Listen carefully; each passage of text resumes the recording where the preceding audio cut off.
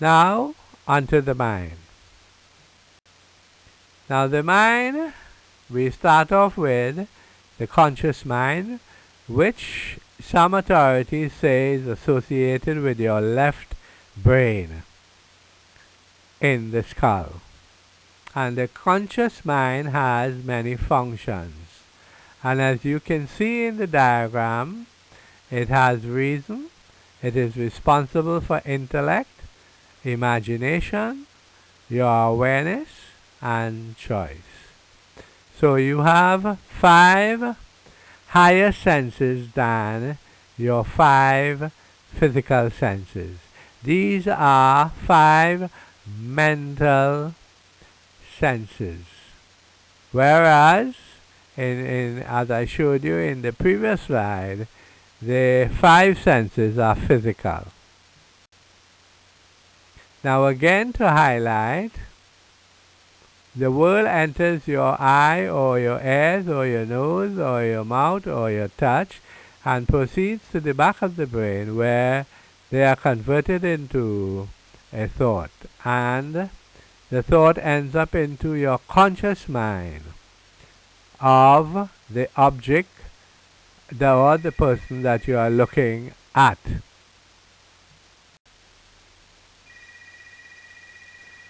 Now, senses are windows from the senses to the brain and to the mind.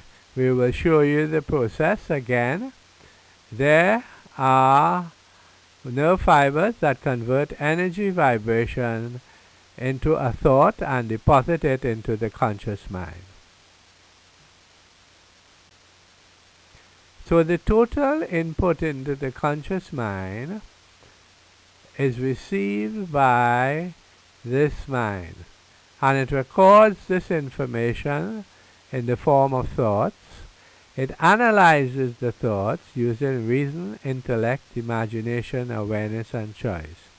It evaluates it and finally forms a belief or a fear of the situation, the person, or the thing that you're looking at. And finally, it files this information into your deeper mind, which we'll talk about in a little while, called the subconscious mind.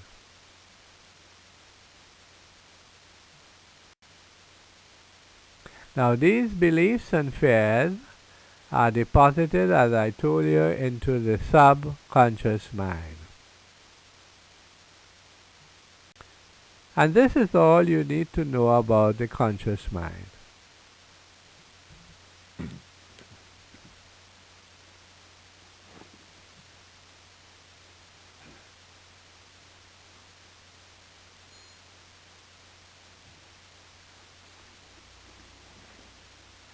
This video is on the subconscious mind by Dr. Peter Hussein. And the subconscious mind, as it says, is sub to the conscious mind. It is below the level of the conscious mind, and it is associated with your right brain. So if you are operating from your right brain, you are operating from a superior part of the mind. Now, to highlight some of the functions of the subconscious mind and its responsibility, if you look at the diagram and we move from left to right, your left to right, you'll see that the subconscious mind is the creative mind. It has a direct access to universal mind and the divine mind, and is responsible for your emotion, love or hate. It has intuition. It does not use reason, intellect, imagination, awareness, and choice. It just simply knows everything. And that is total infinite intuition. And it is your subconscious mind is the main cause of everything. By the way, it is also known as your soul. For all your thoughts, beliefs and fears, convictions and passions are stored in the garden of your subconscious mind. Now, the subconscious mind has access to the divine mind, and it teams up with this divine mind to form the heart of your mind. And the heart of the mind, made up of the subconscious and the divine mind, is an extremely powerful part of your mind. That's why it was said, let not your heart be troubled, let not your heart be afraid. For your heart of the mind is responsible for all the manifestations in your life, all the situations that you are faced with, all the events, all the experiences you have, all the conditions and all the circumstances. All your relationships and all your things, house, land, money, property, jewelry, are all an outpouring of the heart of your mind. Now, the subconscious mind has no choice. It is directed and guided and commanded by your beliefs and fears and your convictions and passions. So it has to work on what you sow in it. You, the conscious mind, is the sower, and the garden is the subconscious mind. And the subconscious mind has 5 higher senses than your physical body and your conscious mind. It has clairvoyance. It has the ability to see things even before it happens. Clairaudience, that's the ability to hear things even before they're said. Clairsentience, to sense things even before it happens. And telepathy, to transfer your thought from one person's mind to another. And precognition, to know what is going to happen. Now, again, the subconscious mind does not reason because it knows everything already, and it has infinite wisdom. It knows the laws of the mind, and so it controls the state and condition of your body, whether you are sick or whether you are healthy. And it controls the functions of every cell in your body, every organ in your body, and every system in your body. So it's responsible for your body functions and your body outputs. And it accepts totally and wholesale every suggestion that you put into it. So it's amenable to your suggestion, and it will act upon your suggestion, and it accepts your suggestion just as a garden accepts the seeds that the gardener plants in it. The garden cannot object to whatever seeds are planted in it. And of course, the subconscious mind has a perfect memory. So, this in essence highlights the functions of this most powerful mind called the subconscious mind. And the subconscious mind, or the soul, will move heaven and earth to manifest for you whatever you had sown in it as a belief or a fear, as a conviction or a passion.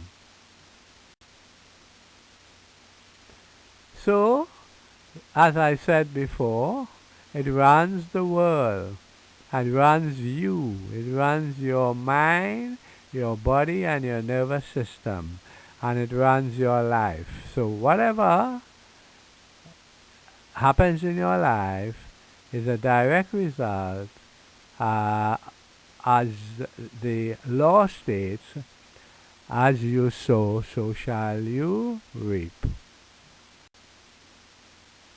So, just to highlight that out of your subconscious mind, the garden of your mind, come physical situations, physical relationships, and physical things. And I would add, they can be good or they can be bad. And we are looking at events in your life, experiences in your life, conditions in your life, circumstances in your life, relationships in your life, and things in your life. So this constitutes the most important function of your subconscious mind, which if you know, you can change those things that you don't want, and you can remove them and bring in new things that you so desire. Such is the wonder of the subconscious mind. Now, the subconscious mind is programmable. Like a computer, you can change the software anytime. And our subconscious mind was given a software by our parents when we were small, our family, our friends, our teachers, the newspaper, television, and nowadays the computer. So we have a programming, and we are programmed in many different ways for many different things in our lives. So all of our situation, relationships, and things, in fact everything that happens to us, comes out of our programming. For as a man thinketh in his heart, so is he. And out of your heart are the issues of life. And a good man, out of the good treasure in his heart, beliefs and fears, bringeth forth good fruit. And an evil man, out of the evil treasures in his heart, bringeth forth evil fruit. So said Jesus the Christ. So, the programming that we put into our subconscious mind takes over and controls the mind and tells the mind, okay, I command you to do for me according to my belief, or according to my fear, or according to my consciousness, or according to my conviction, or according to my passion. So, the programming has a direct control over your subconscious mind, or your soul as it's called in the Bible.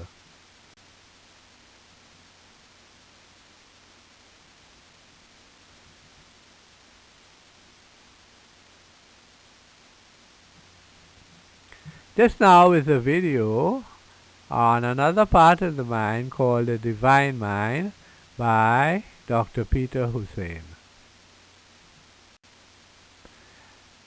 The Divine Mind. And this is another aspect of the mind which we are going to go into now.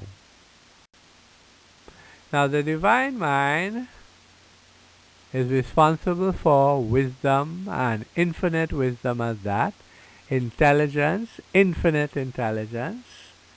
It is total love and unconditional love. It is light, it is life, it is love, it is forgiveness, it is power, it is health, and it is wealth.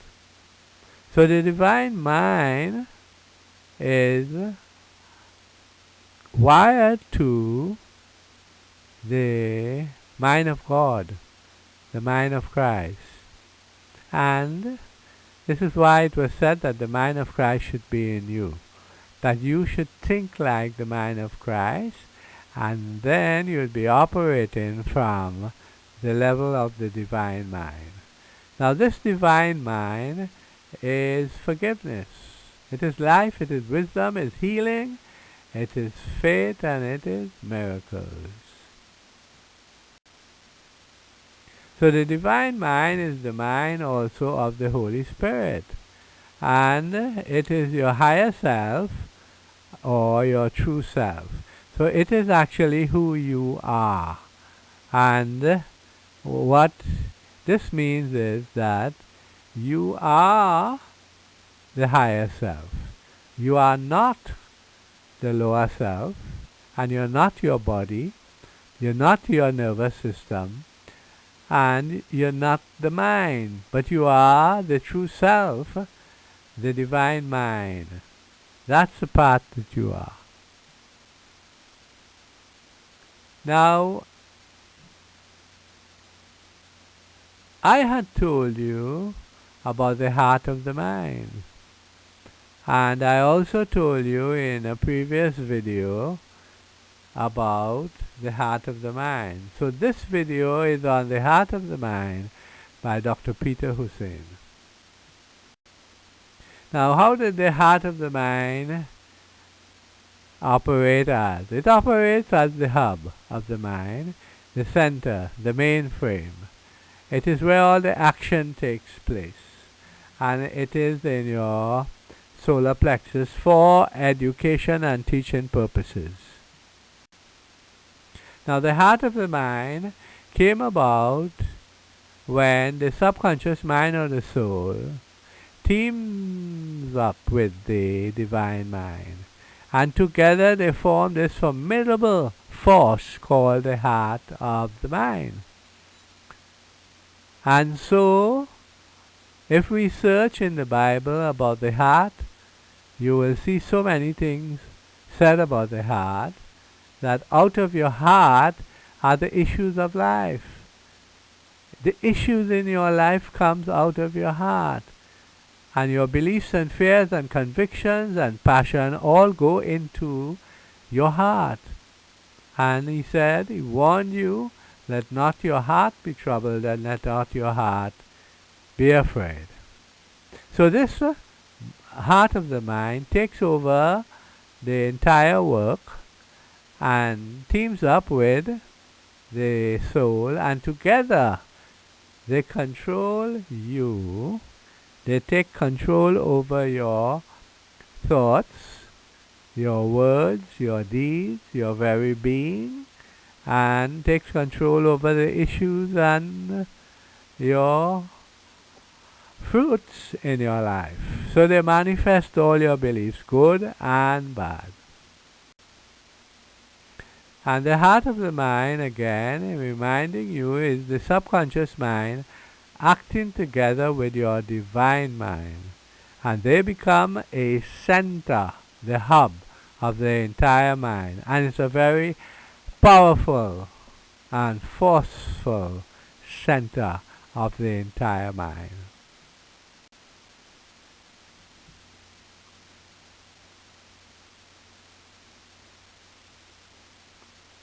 This next video highlights the ego mind, and this is the information presented by Dr. Peter Hussein.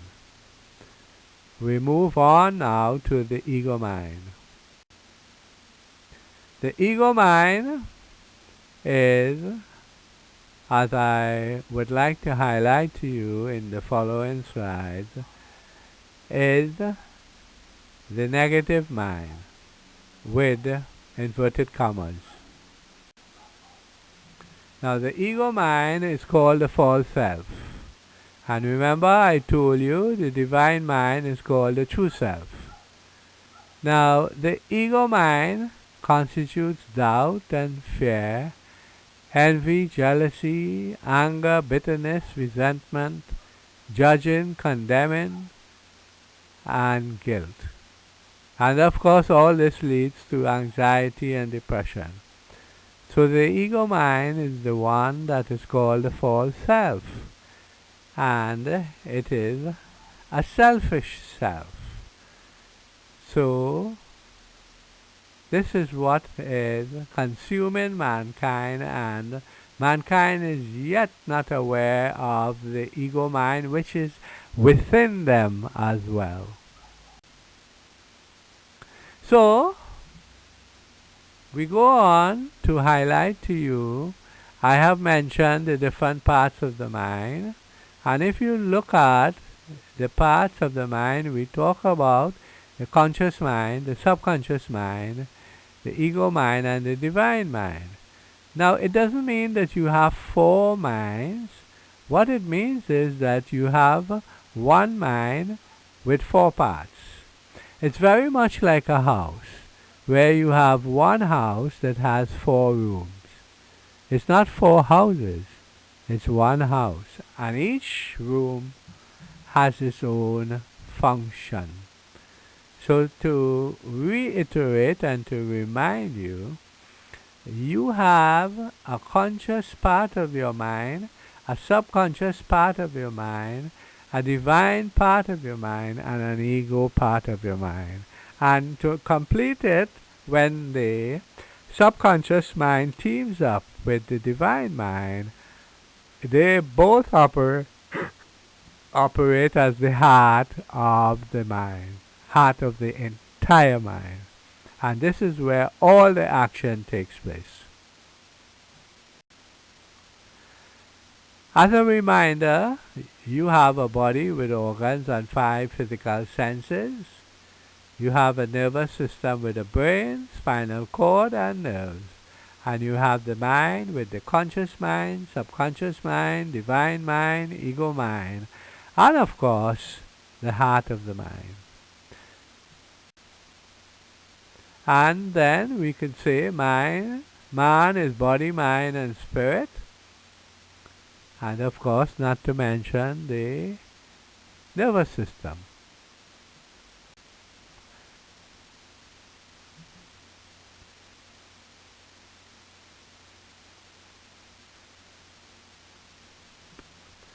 This now is a video on the husbandman by Dr. Peter Hussein.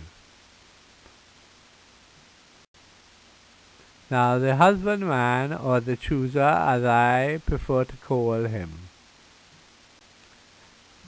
Now the husbandman is the one that is part of the conscious mind, and he is the one that was given dominion by God over everything. Over himself, over his body, his nervous system, and his mind. So the husbandman is the one that was given choice. And he makes choices. That's why I decided to call him the chooser. Whereas the conscious mind has no choice, the subconscious has no choice, the ego mind has no choice, and the divine mind has no choice. The body has no choice, the nervous system has no choice. Only the husbandman has choice.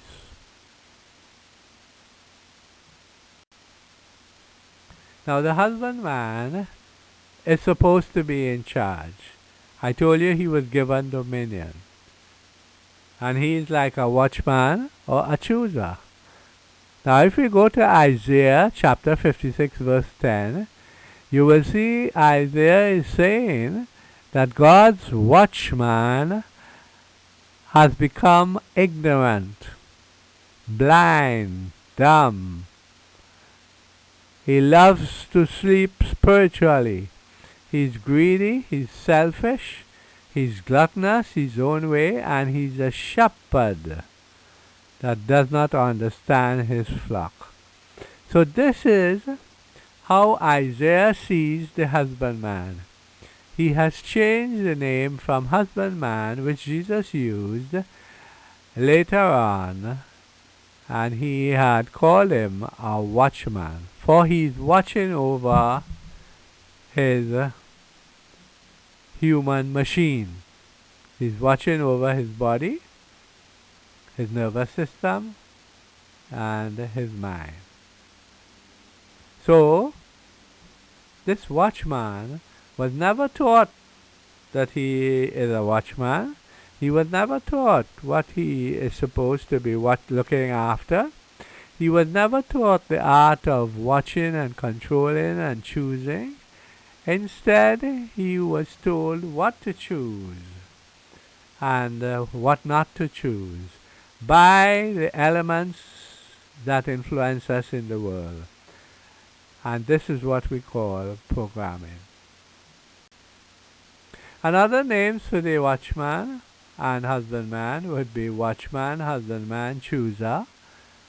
And he is supposed to be in charge, whether he is aware of it or not.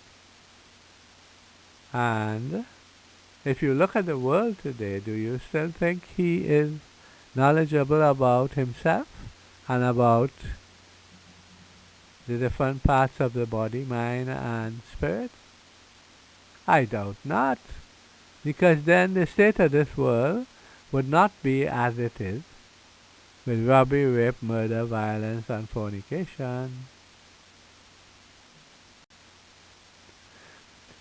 Now, just to say a little bit on the chooser, which I prefer to call the watchman and the husbandman, he is in charge or supposed to be in charge. Now, he makes choices, and he was programmed from day one by life itself, by the home, by the people in his house, by religion. And so he was told what to do and what subjects that was put into his mind in his education system. So he was programmed from birth by family, friends, teachers, television, and the media. Now, the state of the chooser is that he's more aware of the physical world. And look at what he chooses. He chooses drugs, wars, sickness, materialism, pain, guns, revenge, hate, anger, sometimes love and forgiveness, and good works. But he is not aware of the mind, the laws of life, the truth, and the Word of God. He's only aware of the physical world and the subjects in the physical world.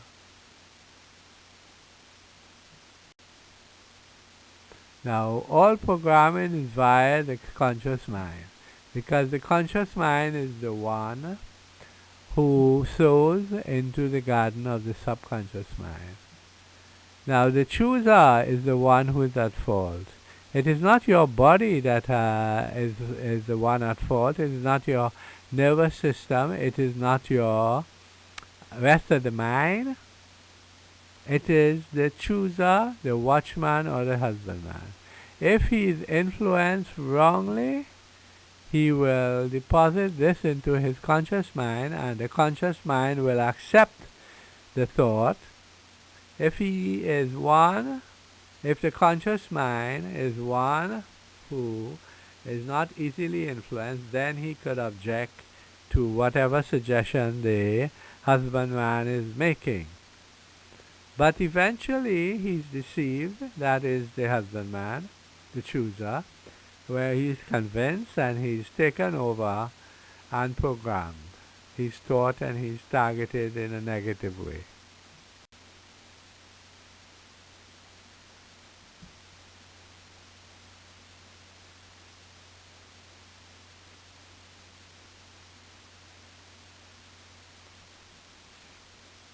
This other video by Dr. Peter Hussein is on thoughts. And as I told you, thoughts are energy vibration, which is stored in the conscious mind. So we move on to thoughts. Now we must go back and show you how thoughts are formed.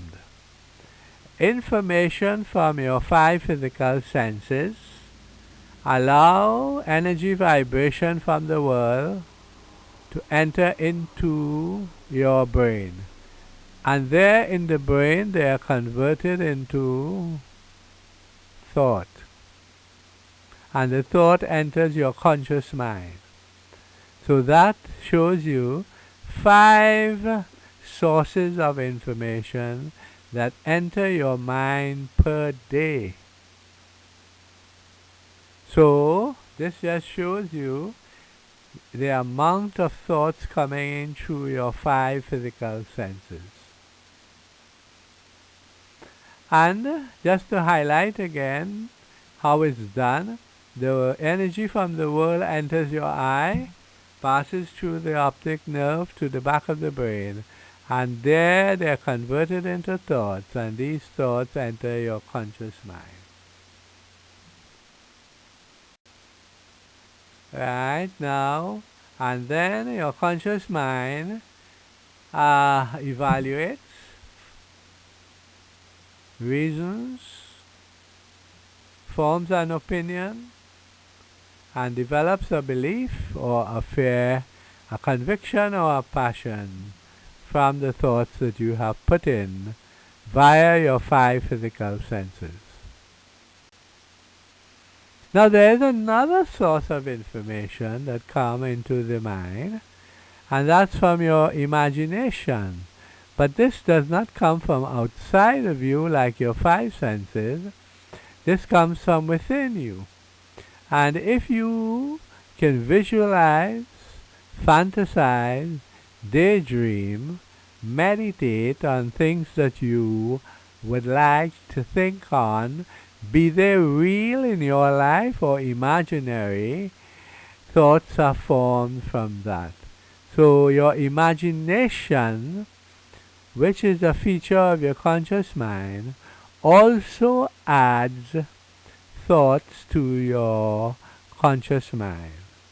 And this is another area or method through which thoughts enter your conscious mind. So the conscious mind again has many functions.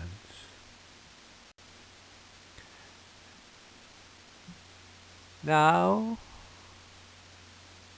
we move on to the outcome of thought, because we're still on the topic of thought. And something happens to a thought. Remember, we have reached the stage where thoughts enter your conscious mind from your brain, and they enter as raw thoughts. Now these thoughts are acted upon by your conscious mind, and it is said by some authority that 6,000 or 60,000 thoughts pass through your mind per day. And these thoughts, some of them can be converted into a belief that you really and truly think on, or fears, the things that you fear in life. And if you continue in thinking on those thoughts, they can become a conviction and further into a passion. Just shows you how strong the thoughts of conviction and passion are. So some remain as plain thoughts, some remain as beliefs and fears, some remain as convictions and passions in the conscious mind. Now when these thoughts are formed, what happens to them? They are automatically filed in the garden of your subconscious mind. And the subconscious mind takes over the thinking of your thoughts, your beliefs, your fears, your convictions, and of course your passions. So this is another source of information. And what happens to thoughts? Now the state of your mind is affected by your thoughts. It affects your mood, it affects your facial expression, it affects your breathing, it affects your heart rate, it affects the tone in your muscles, it affects your abdominal organs and their function, affects posture, body language, body behavior, and action, and finally affects your sex drive. Now these thoughts, depending on how strong they are, they become very powerful sources of influence on you, the actual person, on your thinking, and on your posture. and the state of your mind. And if that is what we do, and we entertain negative beliefs and fears, they will affect us and our state of mind.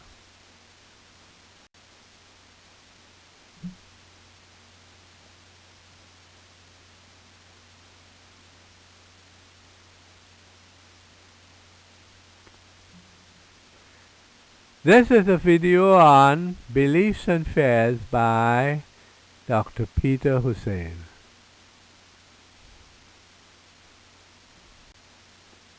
And in this video, I am employing you to learn to know your beliefs and your fears. And we'll tell you how in the next slide. Right. Now, to get to know your beliefs and fears, you have to ask yourself, what really do I believe about anything? So you pick a topic, let's say money, and or why things happen. You could think on God. What do you believe about God, about Satan, about aging, about poverty, about riches, about sickness? So let's take money. You have to get to know your belief about money. For you do have beliefs, but you never bothered to check them. So if I ask you about beliefs, I could ask you to try and find out what you believe about money. And one of the questions you should ask yourself is, do I believe that money grows on trees? Do I believe that I always have enough money? Do I believe that I never have enough? Do I believe that money takes a long time to come and it goes much quicker? And do I believe that money is the root of all evil? Or is it the love of money? So these are the things that you could ask yourself about any topic to know what your beliefs and what your fears are about any subject in life. So if you engage yourself into this practice, you will find out your hidden beliefs and fears. Now the outcome of beliefs and fears, since we are on the subject of beliefs and fears, they manifest as physical situations, physical relationships, physical conditions in your life, physical circumstances in your life, physical things, physical events, and physical experiences. So your thought, your beliefs, and your fears, your convictions, and your passion are all manifested by your subconscious and divine mind, which we call the heart. And your heart will move heaven and earth to manifest whatever you have asked it for. In Isaiah it is said, God is talking to Isaiah to advise us that concerning the works of my hand, command ye me. God is saying that we got to command him. Now the hand of God is really the mind, the soul, and the heart. Now, whatever you put in your heart is a command to your heart to manifest it for you.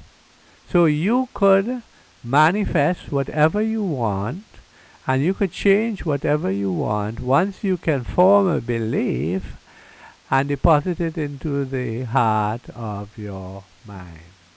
So it is said again in the Bible that out of your heart cometh thoughts, words, deeds, your very being, issues, and fruits.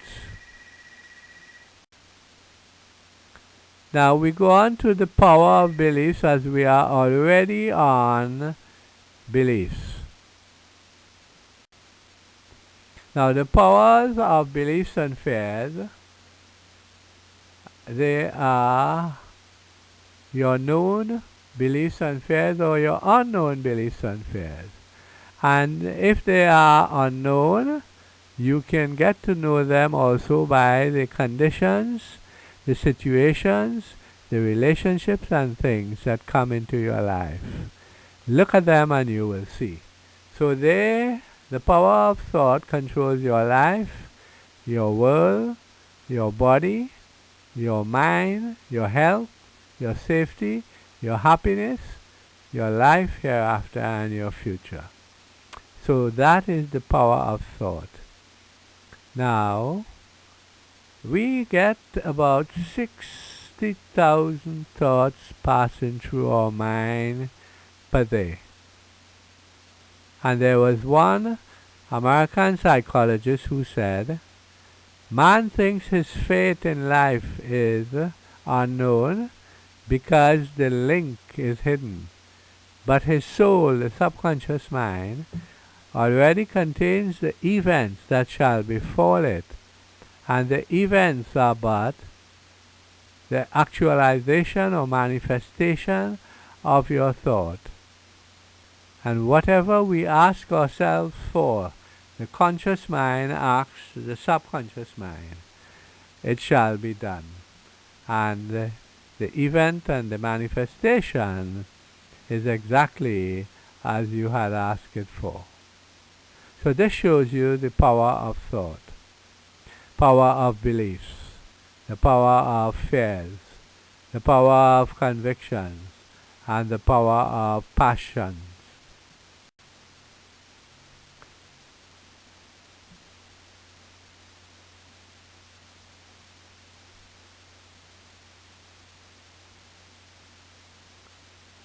I am trying to change beliefs and fears.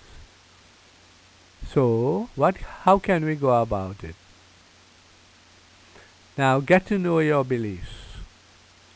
Get to know the ones that you don't want. And imagine the ones that you want. And if you think on the ones you want, if you emotionalize it by feeling it, if you picture it, visualize it, fantasize it, and daydream about it, and if you intend to have it to a great extent and then act it out, you will then produce a new belief in the heart of your mind.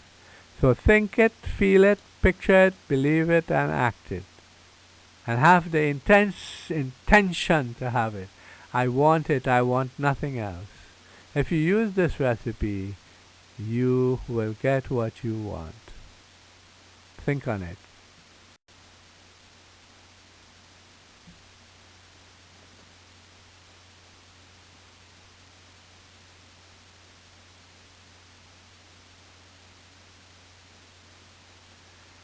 This is a video on baggage by Dr. Peter Hussein.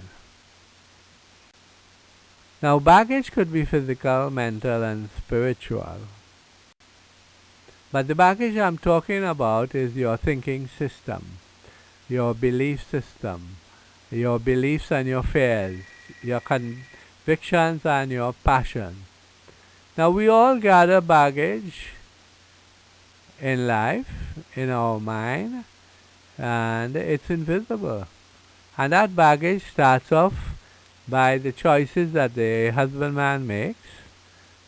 It continues as a belief of fear, conviction, or passion in your conscious mind, and then it's deposited in your soul of the subconscious mind, and it's taken up by the heart of the mind, and it is manifested for you in life, and you walk around with this baggage for years, and if you migrate to another country, you carry your baggage with you. But this baggage is invisible. But you must learn to recognize this baggage and so change it. So The baggage is really our belief spheres, and they are spiritual, and it could be good or bad. Now we have two thinking systems. We have the true self-thinking system and the false self-thinking system. The true self-thinking system is made up of the heart of the mind and the divine mind, which is the mind of the Holy Spirit. And this true self is really the higher self. And the false self is the ego mind. So you have the Holy Spirit versus the ego mind. And so we end up with two thinking systems. We have the ego thinking system, and we have the true self thinking system. The ego we know is carnal to a great extent, and the true self is spiritual and divine. The ego is more materialistic, and the true self is spiritual. Ego is the kingdom of man, and the true self is the kingdom of heaven. Which one would you choose? So the two self and the two systems, man can operate from both at different times. Ideally, the best is the true self-thinking system, the kingdom of heaven within you. Get to know yourself, then you will know who you are. Man, know thyself. So my projection really, after all of this preamble, is that when we learn all about ourselves, we're not learning about outside of us, we are learning about we ourselves and what's inside. We will eventually trade in this ego thinking system and take up the true self one. Then his entire mind will be operating from the true self system, which is nirvana.